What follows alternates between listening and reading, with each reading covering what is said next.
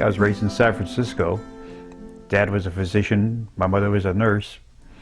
And after I graduated from college, I went into the laboratory field, became a med tech.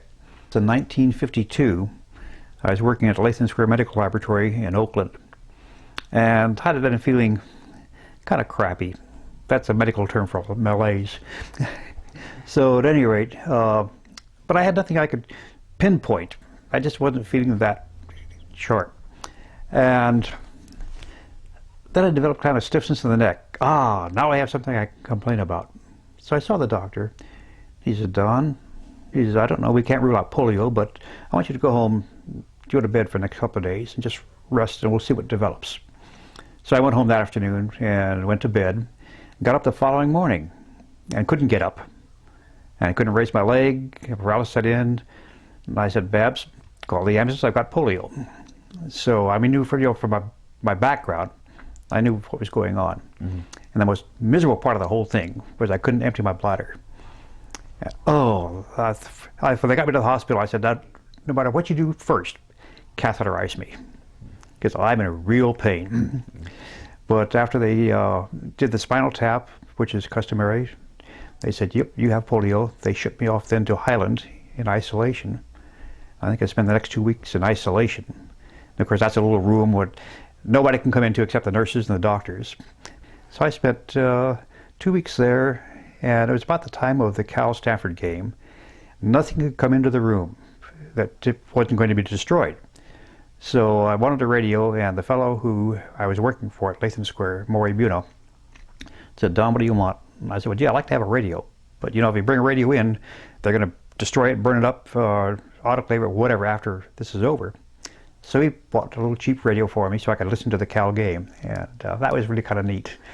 When my wife Babs would come in to see me, well, she'd walk down the hall, and the hall would be lined with iron lungs, those people who really had pulmonary involvement.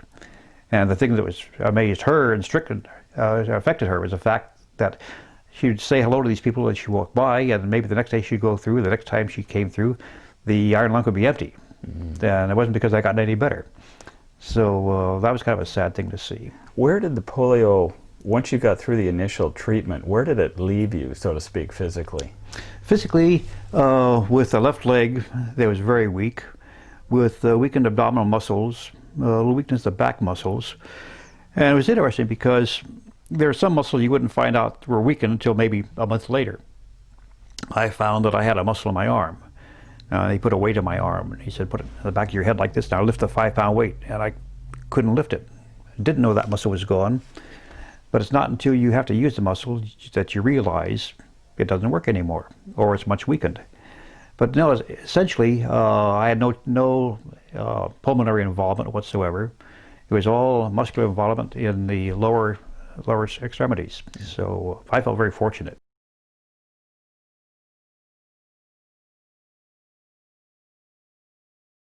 Oh, I think attitude is everything, no matter what you have. Whether it's polio, mumps, chickenpox, or whatever, or even a common cold. I think your attitude has a great deal of how quickly you recover and how you get through it. You can make yourself miserable with a lousy attitude and those people around you, or have a better attitude and kind of accept what's going on and deal with it the best you can.